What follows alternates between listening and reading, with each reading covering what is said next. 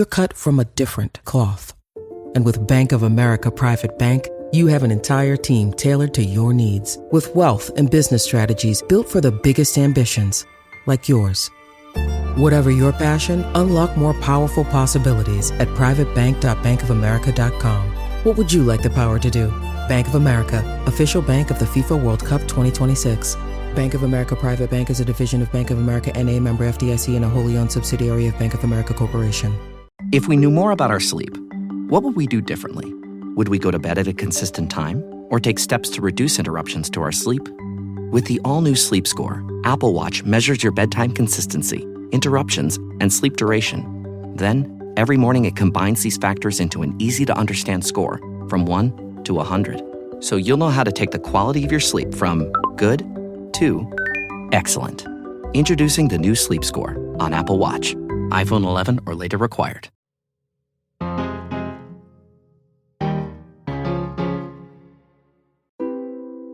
Hey, friends, this is Radio Atlantic. I'm Hannah Rosen, and we have a treat for you today, today being Thanksgiving. Recently, I interviewed chef and cookbook author Alison Roman on stage in D.C. at 6th and I. And since many of us are thinking about food this week, we decided to share that conversation.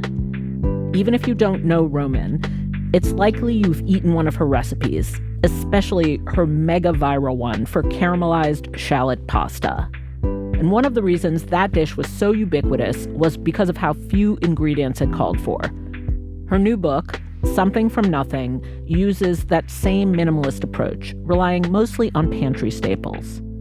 I gave Roman a test on stage. I had her pick items from my pantry out of a bag blind and see what dinner she could make up on the spot.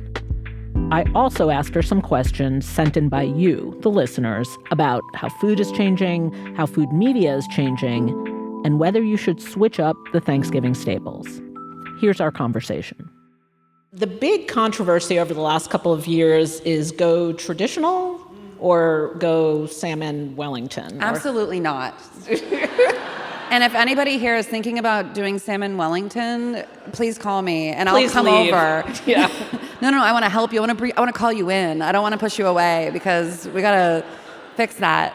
I don't think it's an either or situation. I am a big fan of additive rather than like burn it all down. So because Thanksgiving is also famously not just about you, right? It's about the people that you're eating with and giving thanks. So unless you are doing Thanksgiving for one, which is cool, and then you can do Wellington everything if you would like. So you mean you make a traditional turkey? Yes. Traditional pie? Pie, I do galette.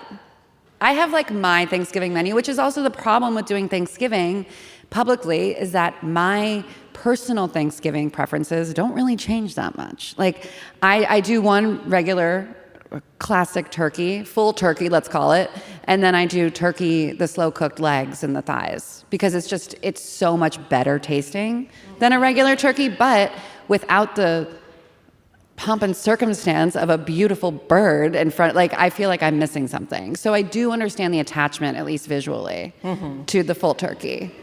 And what do you add? Like, do you saying every year you feel pressure to add something new, something and in 20 years it'll be like 18 things on the table? No, it's more like, I consider it to be like, okay, the stuffing and the turkey and the gravy and the cranberries never really change for me. It is what it is. And then one year it's green beans, one year it's Brussels sprouts, one year it's squash, one year it's carrots. That's still pretty basic. Yeah, but like it's a vegetable. And then I put a salad. So it's like you kind of rotate in these things. But if there's somebody at your table that's like, if I don't have X, Y, and Z dish, I'll simply die, then just make it. Like that's not the time to say no. It's time to say yes. Yeah. If somebody comes to your house for dinner and they want to make a side or bring something, do you allow it?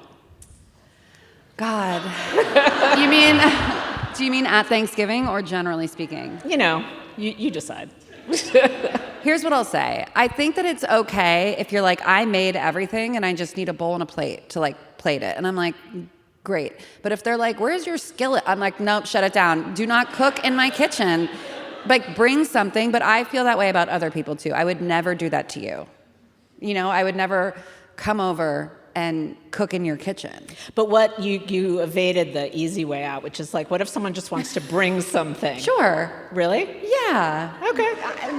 Sure. Although I mean, probably it doesn't happen to you because people are intimidated. People wouldn't dare. Yeah. I also think that potlucks are the worst thing that's ever happened to us. Because that's how you end up with like just a menu that does not go. It doesn't go. Okay. We have a question from Meredith. After the holidays, when we're sick of eating, what are some of your go-to recipes to get back into eating on the lighter side, but also stay cozy? It's very specific. Yeah, I mean, I'm going to go with that's got to be soup. It's soup. And soup is kind of always the answer, if you're wondering. But I feel like you make the broth with the bones from the turkey. You have some vegetables you can throw in. You can also just like sip turkey stock. You can do a lot with that. I feel like that is the on-ramp to doing it all over again. So you, people in the audience, people out in the world, sent us a lot of questions in a lot of different formats, and I'm going to sprinkle them throughout. From Robin. What enabled you to break free and set yourself apart in the crowded world of food bloggers and cooking shows? Were there distinct things you did or did not do? Okay, Robin. I think that for me, I started cooking in restaurant kitchens, and I just wanted to be a cook. And that was my goal. I started cooking before iPhones existed, before Instagram existed. I didn't start cooking with the goal of being like a blogger or on the internet in any capacity. And so I think that knowing that, even as the internet and Instagram and social media became a part of my life, just as like a product of being a person in the world, it kind of doesn't matter what your profession is. It's something that you kind of partake in. And I think just knowing that the whole time, like having that be my North Star of like, well, I'm a cook and I cook and that's what I do. And then I think, it's funny because it is crowded, and sometimes even I am like, well, how am I different? If like you sort of like, okay, you all write recipes and you all have a YouTube channel and you all have a newsletter and it's like, okay, it does become a bit more of a struggle. And I think that the only answer remains like, and as cheesy as it is like being yourself, because there's only one of you, and there could be 100 YouTube channels, but there's only one of you and your personality. And so the more you can double down on being yourself and infusing your recipes, and that means the title of the recipe, the ingredients you use, and the way that you write instructions, like the more personality and individualism that you can infuse into those things, I think that is the answer. Although I do think you also have an uncanny ability to figure out what people actually want to cook, as opposed to just like your own, the world of Alison. It's like what actually translates into people's kitchens. I don't know what that is, but you have like a good radar for it. Yeah, I don't know. I think it's like an authenticity when it comes to developing, because I'm living in the same timeline where I'm like, oh, the weather is this and I feel like this. And right. You all do too at that time. It's a bit different for a cookbook because obviously you're sort of picking things and investing in recipes that are living as a collection versus like, this is coming out this week and you're all going to make this week, Yeah. We have a question from Danny. What do you see as the biggest misconception in food media right now, and how do you think creators should respond to it? I think that the misconception is that it's dead entirely, because I do think that it has died, but I do think it will come back. What is it? Food media? Food media. Interesting. Yeah. Okay. Because there's already people doing it. There's already people that I know that are like starting up a thing, or kind of returning to let's rebuild what was kind of taken away. When I started working at Bon Appetit in like 2005 or 2011, there were, I want to say, 8 other food magazines. And you could work at any of them. And it was sort of like, which magazine are you at? And you would go to an event and you'd be like, oh, there's so-and-so from Food and Wine and so-and-so from Real Simple. And like, there was like a community of people that were editors or, writers, people that worked within the concept of food media. And now there is not that. There's people that work at a magazine. There's magazines that have food sections, newspapers, et cetera. and then there's people that create food on the internet. Right, they're influencers. Exactly. It's like a completely all over the place. And I think that there are people that are really interested and invested in kind of regaining what it means to be a journalist in the food space and sort of tell stories of culture and cooking and food that aren't just these sort of entertainment narratives that are like content creators. And so I'm optimistic about it. That's so interesting because food, it does take experience, like to write a cookbook, to figure out, okay, now I have a concept big enough for a cookbook. You would think it does. I don't know how you get from like creator to that, you know? Like you have to cook a lot, you have to have experience in kitchens, or at least that's the way it's been. You don't, is the sad part. But I think it's also because a lot of people don't write their own cookbooks. Like, what? Which is, No, I'm not, just it's kidding, not, I mean, yeah, but Yeah. in the same way that a lot of people don't write their own books, or like ghostwriter is an occupation and people do it. I know them. I know people who do it. And, you know, I think that it is a different skill set. Who wrote this book? Me. I do everything. You can tell because there's typos. Because things are messed up. That's how you know it's me. Yeah. You started out working in institutions like BuzzFeed, the New York Times. Now you're independent. Can you compare pluses and minuses? Like, what's better about one, what's worse about the other? Yeah. I think what I will say, I really miss working with other people. I really miss collaboration, and I really miss being, some of my editors would say that this is not true, but I actually really do miss being edited. Like, and I don't mean like my writing specifically or the style of recipes, but I mean the like push and pull of getting somebody to make the writing tighter, to sort of ask you a question that you hadn't maybe explored, really like making sure something is as well thought out among people as possible. And that doesn't always make for a better recipe, but it does make, I think, for better writing to have like a great editor. Less lonely. It's less lonely. I think working for yourself can be pretty lonely. I think more recently I've started, and during like book time, there's a lot more collaboration that goes into it. And that's why I love making books, because you get to work with photographers, you get to work with artists and designers, and you know, then comes like the promotion of it and the tour. It's like becomes more community based. And when you're not in a book writing season, it is a little bit more like you. And I'd say the hardest part of that is nobody is going to give me an assignment. Like, I am so busy all the time, and nobody told me to be busy. Like, nobody is giving me a deadline. Nobody's demanding anything from me. Nobody's asking me to, like, launch a tomato sauce. But I'm like, I'm going to do this thing. And then I'm like, I'm so stressed out with, like, this job that I just made myself do. Yeah. Like. And I'm like, oh, maybe I should stop giving myself so much work. But, you know, there is an element of, like, what am I doing this for? Mm-hmm. Even though, like, I know the answer to that, but it's so much easier to work with people and be like, oh, I have an assignment. And that's why I really love things like Thanksgiving, because that to me is like the ultimate assignment. It's like, you know what you're doing, and this is, you know, you're kind of coloring in the lines a bit, and I don't know. Since you wrote your last book, you had a baby. He's very cute. I'm sure you guys have seen pictures. You told New York Magazine that you make your own baby food. Do you actually make your own baby food? Yeah. I do, but I'm not making baby food. I'm making food that he can eat, which I feel like there's a distinction there.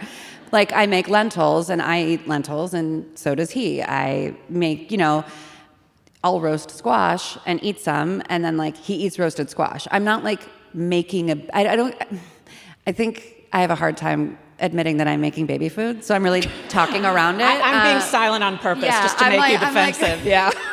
I'm like, no, I don't make baby food. I make food for the baby. I'm not trying to start a war. But yeah, I thought that would never be me. And it won't last forever. It's lasting right now because he eats so little, and the things that he does eat are very simple. When it comes time to be like making like fish sticks from, like, no, thank you, pass. Like, I don't think that that's me. But right now, it feels doable. How many people here made the caramelized shallot pasta? Probably everyone.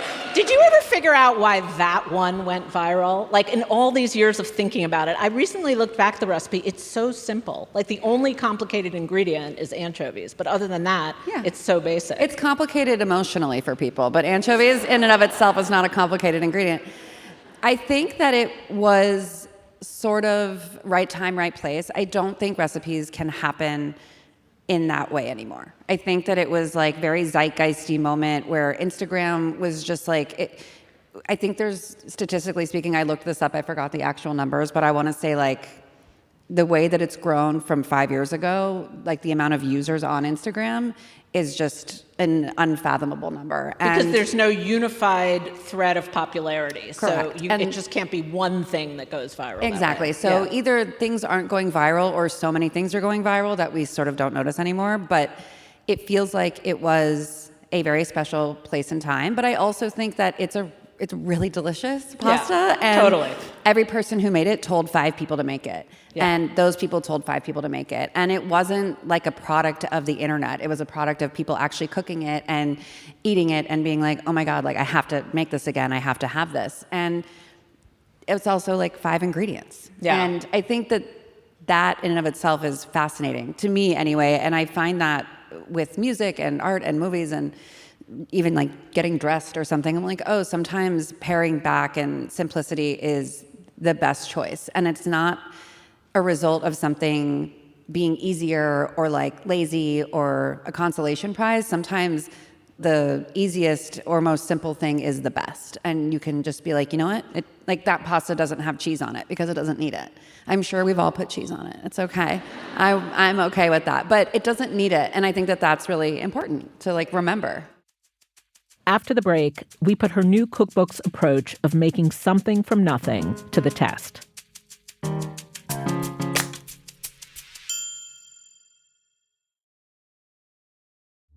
Some tech leaders question whether we're in an AI bubble, but others say the best of what AI has to offer is yet to come. Maybe in 10,000 years, AI will be based on physics that we don't even understand right now, and we'll have many different approaches. Join us weekly, starting October 15th, for the most interesting thing in AI, brought to you by Rethink, the Atlantic's creative marketing studio, in collaboration with PwC, wherever you get your podcasts. This episode is brought to you by Nespresso. Gift magical mornings with Nespresso Virtuo Pop. Compact and stylish, Virtuo Pop is made to meet every morning coffee craving. From espresso to coffee, hot or iced, at the click of a button. And celebrate the season with Nespresso's limited edition coffee flavors. Sweet almond and hibiscus, cinnamon and candied tamarind, and festive double espresso. Magic in the making. Shop the holiday gift collection exclusively at Nespresso.com.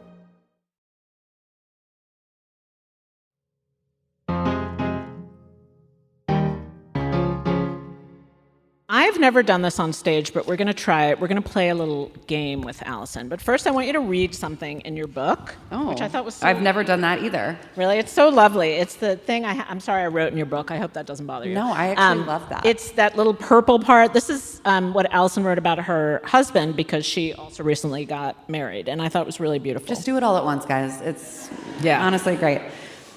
Okay. This is so, I've literally never done this before. You can do it. And when people say, when they hear that I'm going on a book tour, they're like, what do you do? Do you just like read from your cookbook? And I'm like, no. Just get on stage and cook? Exactly, you know? Yeah, exactly. Okay, in his vows, he told me that his favorite nights at home were when we didn't... Slow down. Okay, fuck. Like way down. Okay, well, I'm nervous. Really put me on the spot. Okay, in his vows... he told me that his favorite nights at home were when we didn't have time to go grocery shopping and I made something of what we had in the pantry. Because it was in those thrown together moments that he got to see how my imagination worked. I thought that was really lovely. Thank you, Max. Thank you. This is really weird, but just bear with me. I brought a bag that's made up from the pantry of me and my partner, and Alison has to go in and pick out 3 things from the bag and then tell us what she would cook from it. And if it works, we'll do it twice.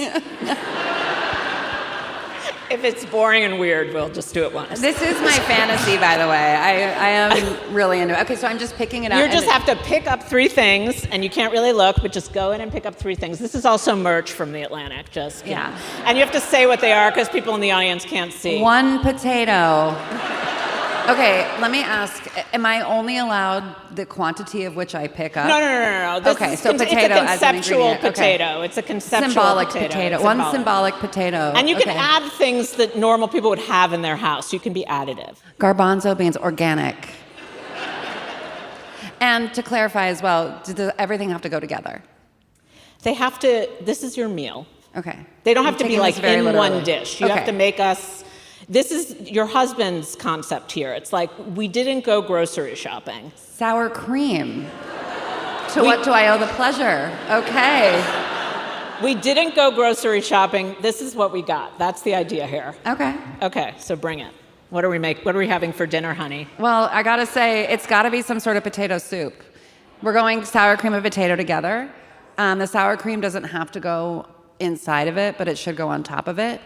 Bonus points if you have onion, garlic, leek, shallot. Oh, you don't? No, you do. That's fine. That's normal great. stuff. Okay. Yeah, I was like, totally. we all do. Everybody does, yeah. Okay, so yeah, and the reason that soup is good, or a soup like that, is because you don't have to have a shallot if you have an onion. You don't need a leek if you have a shallot. You know what I'm saying? Yeah. So allium, potato, broth, better than bouillon if you don't have broth. That's right.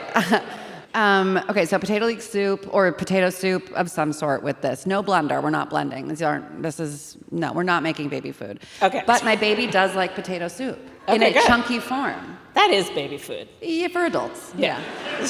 And then if we're doing this in the same meal, perhaps there's some sort of like chickpea salad situation, but like a frizzled chickpea, because a raw chickpea out of the can is never going to hit the same.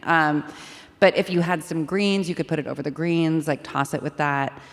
And I mean, you could even put a little sour cream on the bottom of that if you wanted. But I think just on the soup is good. Okay. It's a weird meal, I'm not going to lie. We're doing, really to me, the soup would be the meal. And then I would say, well, I'm going to put these back for another time. But if I'm trying to play the game here. That's not how the game works. Okay. Yeah. Should we do one more? Okay. Great. Okay. Sorry, Alison. Okay, so I can't use any of these anymore. Okay, these are. You cannot use those. Okay. It's like I can tell what the cans are. I know. I couldn't fix that. Oh, no. Quinoa. Boo. There's not one quinoa recipe in this book. I'll save you the time if you're looking. Penne curry paste. Okay. Gluten-free. That's good. And We're a healthy I'm home. like really hoping this is like coconut milk. Oh, fuck. Black-eyed peas, no salt added. I do want to take this time to say, unless it's for health reasons, I genuinely think that you should avoid the no salt added legumes in a can, because like cooking pasta in salted water, it's so hard to season any sort of bean or pea that has not been seasoned from the beginning. Like, you can add so much salt to these and you're always going to be like, why do they taste like this? And it's because they were not treated with love and care and salinity from the beginning. All right, so we're having kind of a crap dinner tonight, but We're having an raining. interesting. It's raining, so we're not going shopping. So what Okay. do we got? Oh, fuck.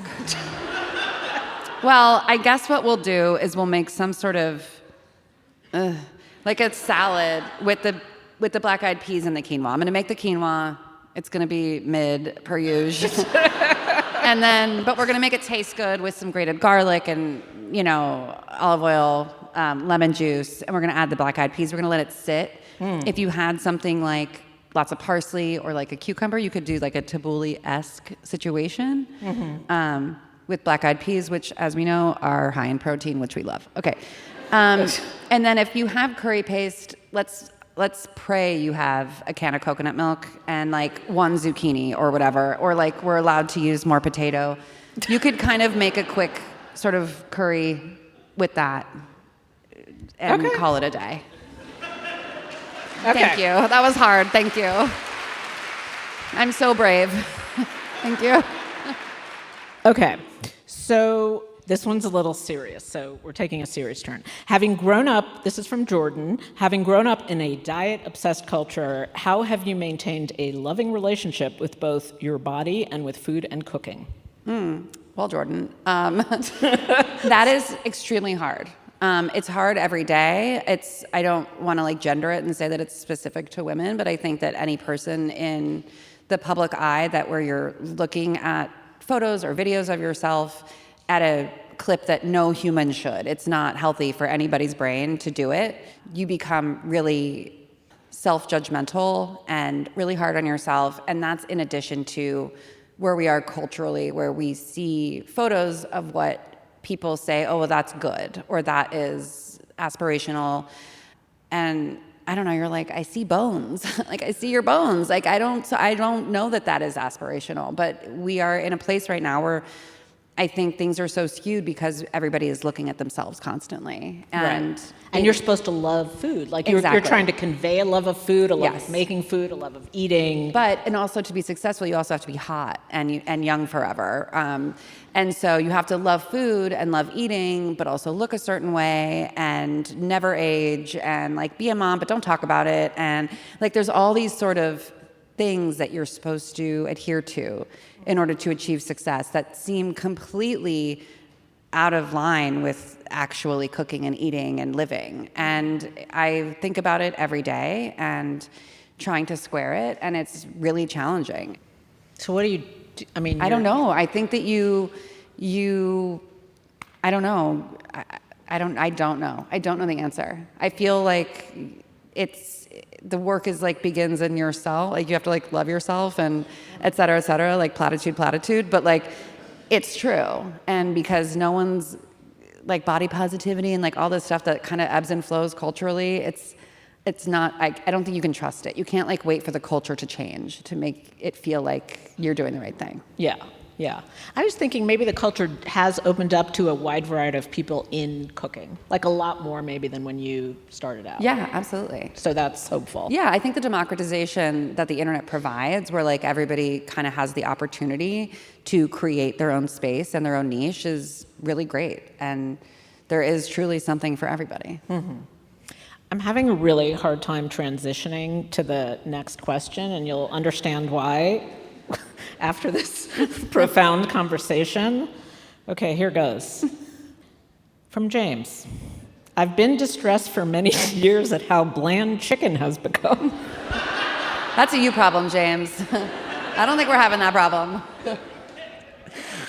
Whoa. 50 years ago, chicken was amazingly flavorful, et cetera. What can we do? Is this true, or? I'm not 50, I don't know. But I think that a lot of our foods are not as good in like the farming and the this, that, and the other. I think what you can do is you can buy chicken from a farm, and that means going to your farmer's market. I don't suggest you like leave your home and go to the farm, but there are ways for the farm to come to you. Almost every city has a farmer's market, and those chickens are almost always significantly better tasting. They have more fat, they have more flavor. When it comes to things like chicken, meat, or fish, and I would call it like specialty vegetables, I do think that seeking them out from smaller farms makes a huge difference. It's like a tomato. When you get like a beautiful tomato from the market and like in the middle of August, you're like, well, this is delicious. And then you get a tomato at the supermarket in February, you're like, well, this tastes like shit. It's like not the same food, but it is. So it's not really the tomato's fault. It's what we've done to the tomato. And same for the chicken. Like, if you're getting your chicken in a place where they're feeding it like ground up gravel or whatever, and they're like living in a horrible place, they're not going to taste very good. And so you have to take that into consideration of like, when you eat meat or fish especially, you're eating what they're eating. So I think about that a lot when I'm purchasing my protein. Yes. Okay, Sarah, what are some of your all-time favorite cookbooks? How did they inspire you as you conceptualized your cookbooks? A lot of my all-time favorite cookbooks were ones that I started reading after I started writing cookbooks. And that's intimidating. Yeah, well, I kind of went in pretty blind to writing my first book. I wasn't like a person who consumed a lot of food media or read a lot of cookbooks. My parents didn't have any cookbooks, really.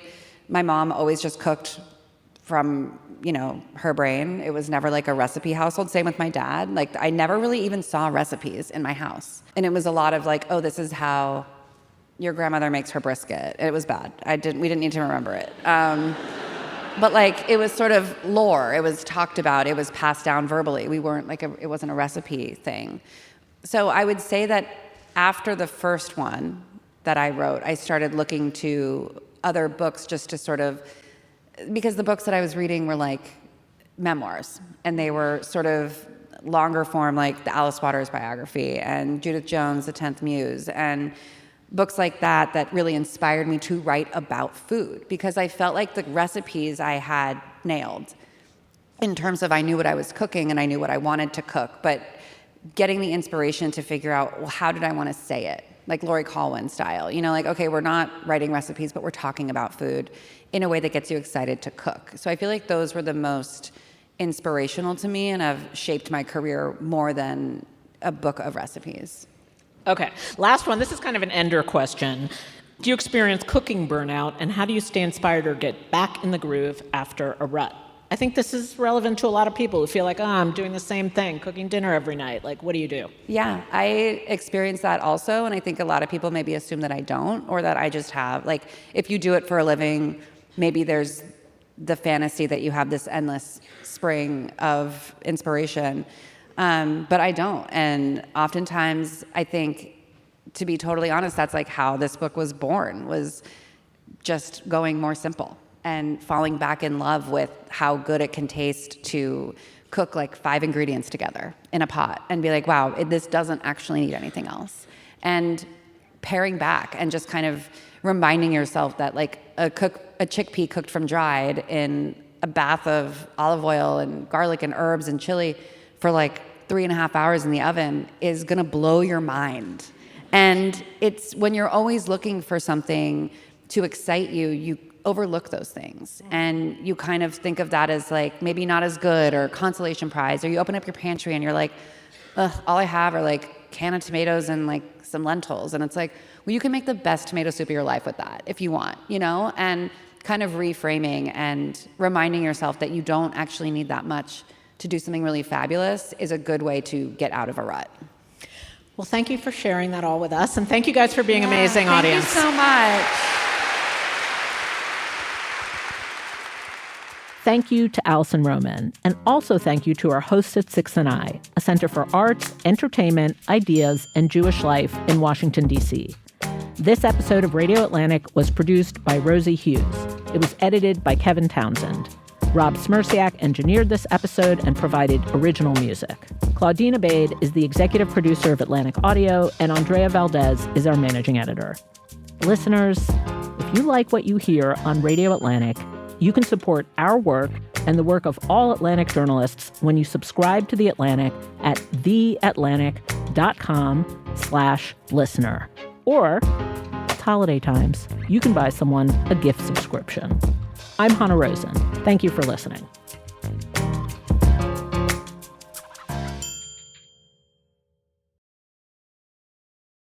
They say if you're the smartest person in the room, you're in the wrong room.